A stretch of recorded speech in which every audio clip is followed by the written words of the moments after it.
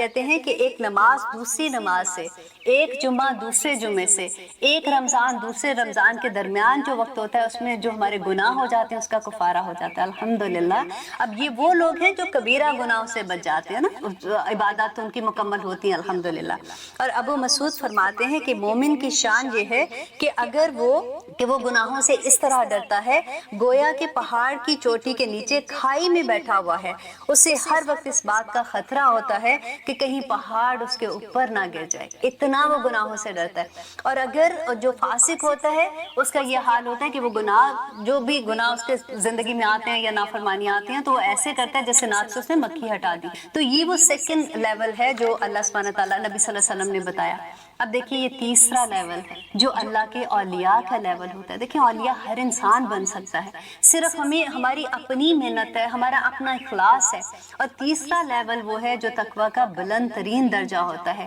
جس میں انسان ان چیزوں سے بھی بچتا ہے جو اس کے نفس کو اللہ کی یاد سے غافل کر دیں، اور وہ اس ڈر سے کہ وہ اللہ کی یاد سے غافل کر دیں وہ جو مباح چیزیں ہیں، جو جائز چیزیں ہیں، ان سے بھی بچتا ہے۔ اللہ اکبر۔ دیکھیے یہ اس بات کو سمجھنے کی کوشش کرتے ہیں کہ مباح چیزیں کیا ہیں، کہ فار ایگزامپل ہم ٹی وی کے آگے بیٹھے ہیں، اب اگر ہم نیوز سن رہے ہیں تو وہ اس میں کوئی گناہ نہیں ہے، اللہ سبحانہ تعالیٰ اس میں کوئی منع نہیں ہے کہ ہم نہیں سن سکتے، لیکن ہم بیٹھے نیوز میں اتنا گم ہو گئے کہ ہم اللہ کی یاد سے غافل ہو گئے۔ تو جو اس تیسرے لیول کا بندہ ہوتا ہے نا، جو تقویٰ کی چوٹی پہ ہوتا ہے، وہ ایسی جگہوں پہ بھی نہیں بیٹھنے سے گھبرا جاتا ہے کہ کہیں اللہ کی یاد سے میں غافل نہ ہو۔ ابھی کئی دفعہ آپ دیکھیے ہم ایسی پارٹیز میں اپنے فرینڈس کے ساتھ بیٹھے ہوتے ہیں، مباح ہیں، اس کا جائز ہے، لیکن جو اولیاء ہوتے ہیں، اللہ کو منانے والے بندے ہوتے ہیں، وہ ایسی جگہوں پہ جا کے کہ 3 گھنٹے، اب پارٹی میں جانا ہے ڈیفینیٹلی پہلے گھر سے تیار ہوتے ہیں، پھر راستے کا سفر دیکھیے 1 گھنٹہ تو اس میں لگ جاتا ہے، پھر اس کے بعد آپ پارٹی میں جاتے ہیں 2-3 گھنٹے ادھر، پھر 1 گھنٹہ واپس آتے ہیں، پھر تھکے بھی ہوتے ہیں، تو آلموسٹ 4-5 گھنٹے کا ایک آپ سودا کر دیتے ہیں اپنے وقت کا۔ تو اس میں اللہ سبحانہ تعالیٰ کی یاد سے اگر غافل وہ چیز کر دیتی ہے، تو جو اولیاء ہوتے ہیں، جو اللہ کے بندے ہوتے ہیں نا، وہ اس وقت سے بھی ڈرتے، اس جگہوں پہ جانے سے بھی اپنی اجتناب کرتے۔ اللہ سبحانہ تعالیٰ کہتے ہیں کہ جو مومن ہے نا، جو اللہ کے اولیاء ہیں، جو ان کو تنگ کرتے ہیں، اللہ سبحانہ تعالیٰ ان کی دشمنی لے لیتے ہیں، اللہ سبحانہ تعالیٰ ان کے اگینسٹ آ جاتے ہیں۔ اللہ اکبر۔ اللہ اپنے اولیاء، یہ وہ اولیاء ہیں جو اللہ کو منانے کے لیے کام کرتے ہیں، اللہ سبحانہ تعالیٰ ایسے نہیں چھوڑتا پھر اپنے بندوں کو نا۔ اللہ اکبر۔ بس اللہ سے دعا کریں کہ اللہ سبحانہ تعالیٰ ہمیں یہ لذت عطا کر دے کہ ہمیں اس لیول کا سمجھ آنی شروع ہو جائے کہ اللہ سبحانہ تعالیٰ کی یاد سے غافل نہ ہو۔ ہم نے سورت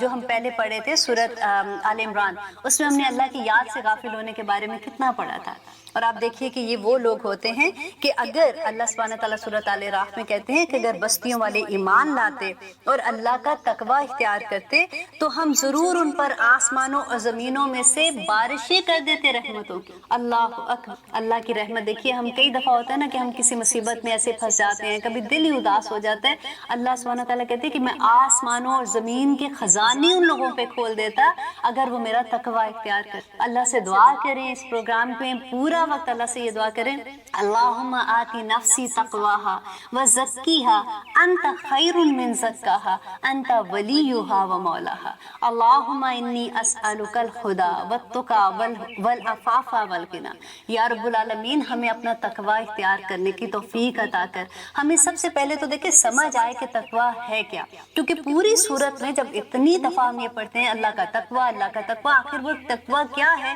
ہمیں اس کی ریچ تک پہنچنا کیسے ہے۔ اللہ سبحانہ تعالیٰ نے دیکھیں نبی صلی اللہ علیہ وسلم کی پوری زندگی تقویٰ تھی، اور اب ہم پوری کوشش کریں گے کہ ہم ایسے کاموں سے پرہیز کریں جو اللہ کے احکامات سے دور ہمیں کر دیں، جو اللہ کی یاد سے ہمیں غافل کر دیں۔ اللہ سبحانہ تعالیٰ کہتے ہیں نا کہ جس سے وہ پھر محبت کرتے ہیں، وہ متقی لوگ جس سے اللہ محبت کرتے ہیں، تو اللہ سبحانہ تعالیٰ جبرائیل علیہ السلام کو بلا کے کہتے ہیں، جبرائیل میں اس بندے سے محبت کرتا ہوں، تو بھی اس سے محبت کر۔ اللہ اکبر۔ اللہ محبت کرتا ہے۔ جبرائیل علیہ السلام آسمان کے فرشتوں کو کہتے ہیں کہ میرا رب اس بندے سے محبت کرتا ہے۔ وہ آسمان کے فرشتوں کی گونج زمین کے فرشتوں کو سنائی دیتی ہے، اور وہ اس کے ارد گرد جو انسان کے لوگ ہوتے ہیں نا، وہ ان کو القاء کر دیتے ہیں کہ اس بندے سے محبت کرو کیونکہ رب اس سے محبت کرتا ہے۔ آپ دیکھیں کئی دفعہ ایسے نہیں لگتا کہ کبھی